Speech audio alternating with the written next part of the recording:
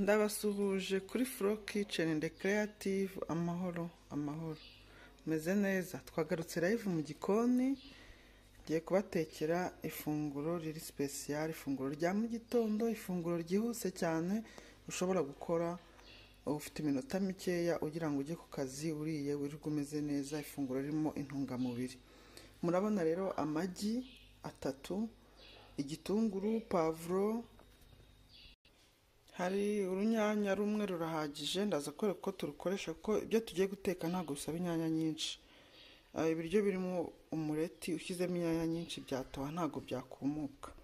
Niyo mpamvu turakoresha urunyanya rumwe, udusereri dukeya, ishu, igice cy'ishu kirahagije, umunyu, uturungo ni twa tundi, turmeric ntabwo nayibagirwa mu byo nkoresha. Muzakurikira umumaro wayo, muzakore amaresheshe cyangwa muri video nakoze. Turmeric ni ikirungo cyiza cyane gifite umumaro, niyo mpamvu nashaka kugisiga mu byo nteka, narakimenyereye bimbamo. Hanyuma akandi ni ka black pepper. Ibyo birahagije. Tugiye gukora umureti special urimo ishu. Guteka ni innovation, iyo ubikunda ntubura icyo uteka, ugenda uhinduranya, biba bikurimo. Niyo mpamvu nanjye kubera ko mbikunda nshaka ko bibakundisha, kugira ngo umuntu mu gikoni buri wese ajya amenya uko ahindura. Nta mpamvu yo guhorera ibintu bimwe, kandi hari uburyo twagenda duhindura. Twageraho tugiye kubitunganya kugira ngo mbere kuko duteka uyu mureti uri special urimo imboga, uruboga rw'ishu. Ishu naryo ni ryiza, video narayikoze muzayirebe akamaro k'ishu. Tuzajya dukora mu gikoni cyacu ibiryoshye, ibimeze neza ariko bifite intungamubiri, ntabwo twabyibagirwa. Tumaze kubitunganya rero, igitunguru, agapavuro, udusereri, urunyanya byose murabona ko bikase, nuko bikata bisanzwe nta kidasanzwe. Amagi twayamennye. Ishu naryo ndi kurikata, bisaba gukata utuntu duto duto, nibyo byiza. Urumva mu mureti ntago washyiramo ibishu binini, ntago byamera neza. Duto duto rero ubaye udafite n'aka gakoresho ndi gukoresha, wakoresha icyuma gityaye ariko gakata udushu duto tujya kungana n'utwa salade. Reka rero naryo turitunganye turisoze. Ishu rero ngiri ndangije kuritunganya. Ni igice cy'ishu nakoresheje mu byibuke, risa naho ari ryinshi ariko murabizi ko iyo imboga zimaze gukubitwa n'umwuka ushyushye zihwama zikaba nkeya. Iri ngiri riraba rike nta kibazo, turarikoresha gutya. Agiye mu gikoni rero, tugiye gutangira guteka imboga zacu. Turakoresha utuvuta dukeya nk'uko nkunda kubivuga.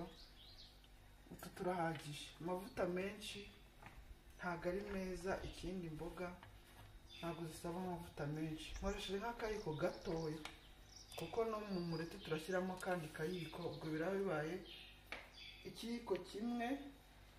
Icyo kirahagije rero. Nta na rimwe nzakoresha amavuta menshi. Abantu bakoresha amavuta menshi muyacikaho, ntabwo ari meza, kandi no kuyacamutsa cyane nabyo ntabwo ari byiza nk'uko murabivuga. Ibi birahagije. Noneho tugashyiramo za mboga zacu. Nizimara gukubitwa n'umwuka, nibwo turahita dushyiramo na twa turungo muragenda mubibona.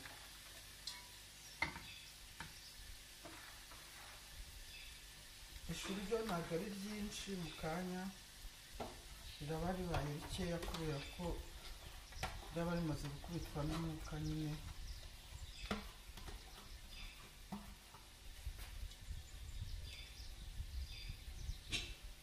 Reka dupfundikire rero, dutegereze ishu ryacu ribanze rihwame.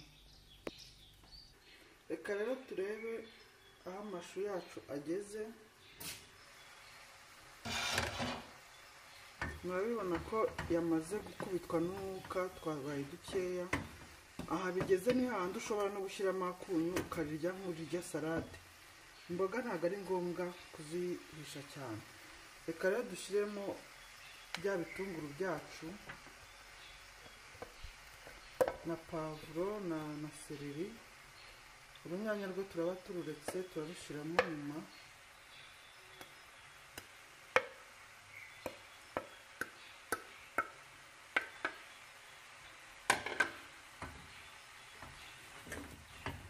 ntabwo ari ngombwa ko nabyo bishya cyane kuko murabizi mu mureti umuntu ashobora no kubishyiramo mu magi gusa kandi ukabirya bikaba bimeze neza. Reka rero nabyo dupfundikire gatoya bikubitwe n'umwuka, turagaruka dushyiramo rwa runyanya rwacu cyangwa se tuze no kubishyiramo nyuma, byose birashoboka mu magi.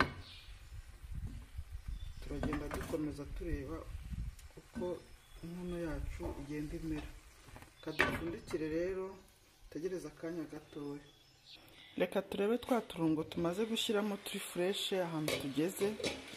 Murabona ko twamaze kubitwa n'umwuka. Ibintu rero nanone akabangana bibira, ibintu tubasha kurya ari bibisi si ngombwa kubiteka ngo tubihishe cyane, ntabwo ari ngombwa rwose. Igitunguru ushobora kukirya ari kibisi, nabwo uba ukiryanye karite zacyo zose. Pavuro nayo nuko, iyo ushaka karite zayo zose ushobora no kuyinywamo ji. Udusere natwo nuko ushobora kutunywamo ji bitewe n'icyo ushaka kwivura cyangwa guha umubiri wawe. Rero nta mpamvu yo kubihisha cyane. Murabizi ko no mu magi ushobora kubitekanamo ugahita ukorogana n'amagi utabishyize ku ziko, ariko uburyo nashatse kubereka ropa yacu bisaba ko umuntu abicisha ku ziko gatoya. Reka rero twere kubihisha cyane kuko kwaba ari ukubyangiza, kuko mbona mbabwira ahubwo dushyiremo na za nyanya. Inyanya nazo turareka zifata kuka gatoya, si ngombwa kuzihisha cyane kuko urunyanya murabizi ko narwo waruhekenya ari rubisi. Hanyuma mu kanya turakomeza n'ibindi.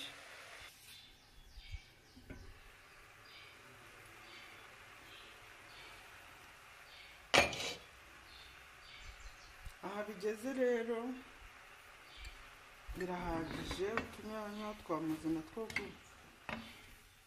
gufata umuriro. Nkuko nabivuze, ntabwo ibiryo ubasha kurya ari bibisi, si ngombwa kubiteka cyane ku muriro.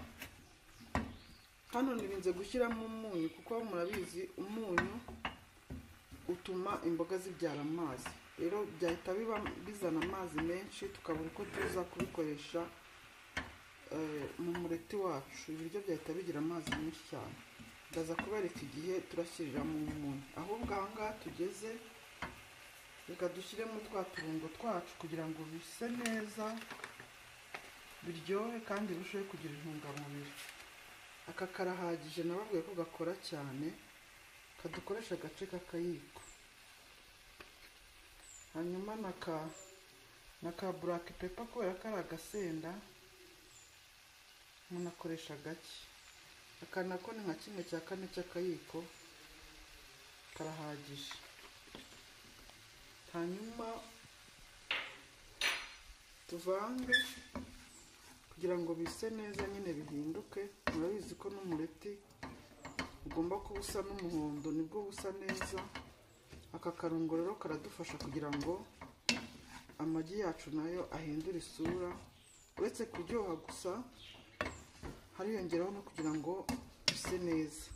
Rero aka karungo gafite intungamubiri, ni keza ku buzima. Ikindi gatuma ibiryo bisa neza kandi bikaryoha. Rero reka dupfundikire gatoya natwo dukoremo nk'umunota umwe gusa, urahagije. Izi mboga turahita tuzimya zibanze zihore kuko ntabwo wazivanga n'amagi zishyushye, ntabwo byaba byiza. Reka rero umunota umwe turahita tuzikuraho, dukomeze n'ibindi. Wow, imboga zacu rero ni uku zahindutse ka kantu k'umuhondo. Murabona ko katumye zisa neza cyane. Aha zigeze kandi zirumutse kuko nigeze nshyiramo umunyu. Aha zigeze rero tugiye kuzimya, katuzimye, hanyuma tuzishyire mu kintu zihore, duhite dukora umureti. Imboga zacu rero twazihoreje aha ngaha, zimaze guta umwuka. Igihe cyo gushyiramo amagi kirageze, ni iki ngiki.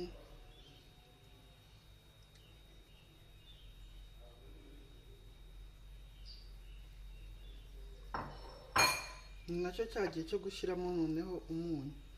Umunyu ni ukugereranya bitewe n'ibyo watetse uko bingana, kugira ngo udashyiramo umunyu mwinshi kuko nawo si mwiza. Rero umureti wacu ugeze igihe cyo kuwuteka. Noneho turavanga gutya kugira ngo na wa munyu uze gukoramo,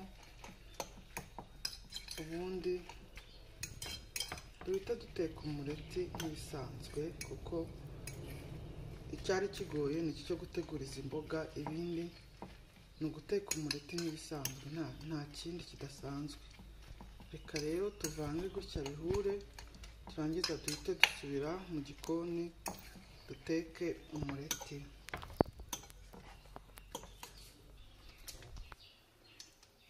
Twageze mu gikoni rero tugiye guteka umureti, turongera dukoresha utuvuta duke cyane.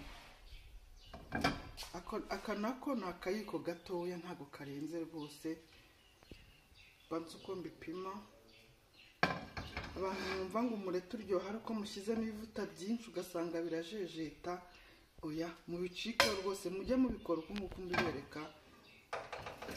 Ibiryo byanjye biba biryoshye kandi bitarimo amavuta menshi. Si ngombwa nanone kuyacamutsa cyane nk'uko mbibabwira, kucamutsa amavuta cyane ubuyangiza, ubuyagira uburozi, ntabwo ari byiza. Reka rero dushyiremo wa mureti wacu nguyu, umureti w'amashu. Nta kindi kintu dushyiramo kuko ibirungo byose ari ibiri fureshe ari iby'ifu byose biri muri izi mboga. N'umunyu mubonye ko tuwushyizemo, nta gisigaye rero ni uguteka umureti. Uraba uryoshye cyane kuko uba urimo utuntu twose tw'ingenzi dukenewe, bitari ugukabya, udashyizemo ibirungo byinshi bikarata, iby'ingenzi birimo. Reka duteke umureti noneho neza nk'ibisanzwe. Wow, umureti wacu rero nuko umaze kumera, murabona icyo ka karungo k'umuhondo gakora, gatuma umureti usa neza cyane. Niyo amagi yaba asa n'umweru atari amanyarwanda, ariko gahita gahindura ku buryo rwose wagira ngo wakoreshe n'amagi y'umuhondo. Rero uretse intungamubiri kuryoha, gatuma n'ibiryo bisa neza, namwe murabibona rwose. Ahangaha rero umureti wacu ugeze noneho hasi hahiye, twawubirindura. Ibanga ryo guteka umureti, reka ndibibire, iyo ugeze gutya ipanu umureti ukaba wikaragaho gutya ukuri kubibona, bivuga ko hasi haba hahiye, noneho wawubirindura. Reka rero tuwubirindure kugira ngo no hejuru hano hashye. Wow, murabona uko umureti wacu usa hasi, murabona wahiye. Tugiye kureka no hejuru, uruhande ruri hejuru narwo rushye. Murabona ko rwose umureti wacu umeze neza cyane, umureti w'imboga z'amashu. Ushobora kuba ukunda umureti ariko udakunda kurya wonyine, washyiramo imboga, nzagenda mbereka n'ibindi. Ushobora gutekana umureti rwose amagi bikamera neza. Ikindi kandi ushobora no abantu special bumva ko ari ifiriti gusa, umureti special ari ifiriti gusa, oya, n'uyu w'imboga rwose ni special, ni mwiza cyane.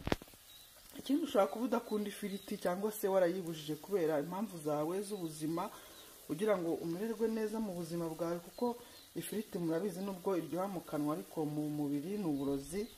Ushobora rero kuba ushaka guteka umureti ariko wumva udashaka kurya ifiriti kubera impamvu zawe, ukawitekera gutya. Murabona ko rwose ari umureti mwiza cyane, usa neza, uryoshye, uri guhumura, ntabwo wabura guhumura, nyine uraryoshye. Reka rero tureke n'uruhande rwo hasi rushye, nabwo nutangira kudafata ku ipanu wikaraga, ubwo haraba hahiye, umureti wacu turawarura. Nuko rero bimeze, murabona ko watangiye nawo kwikaraga ku ipanu, bivuze ngo wow, umureti wacu rero nuko wahiye umeze. Nta kindi nakoze, hari ibyo umuntu agenda akuramo kugira ngo video itaba ndende ikabarambira. Uruhande rwo hasi nyine narwo rwahiye, kwa kundi uba wizunguza ku ipanu. Nta kindi ni ukuwarura, ubundi ukawukata, ukaba wawugaburira umushyitsi akemera rwose, kuko urabona ni ibisirimu cyane, kaba gasa neza. Umureti special urimo amashu. Nuko rero tubishoje uko twabikoze mwabibonye. Murabona ko ari akantu rwose wahana umushyitsi, cyangwa nawe ugafata mu gitondo wihuta ugiye ku kazi, ukirirwa umeze neza bitewe n'intungamubiri bikoresheje. Turungo, uturi fureshe, utwifu, imboga, urabona ko ari umureti usa neza uryoshye kandi urimo intungamubiri. Ikindi nashobora kwibagirwa, utekesheje amavuta makeya. Urebye amavuta twakoresheje ku mashu akayiko gato, ayo twakoresheje mu mureti akayiko gato, nako ni ikiyiko nacyo kituzuye neza. Urumva ayo ni amavuta makeya atari menshi, mu gihe abantu bamenyereye ko umureti utekeshwa ibivuta byinshi ngo kugira ngo uryohe.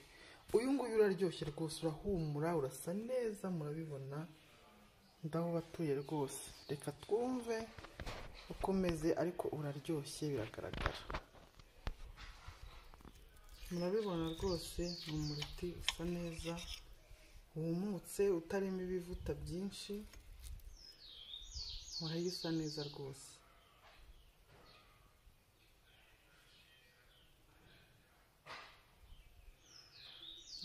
Nuko tubishoje rero, ngaho namwe muteke umureti mwiza uryoshye kandi urimo intungamubiri.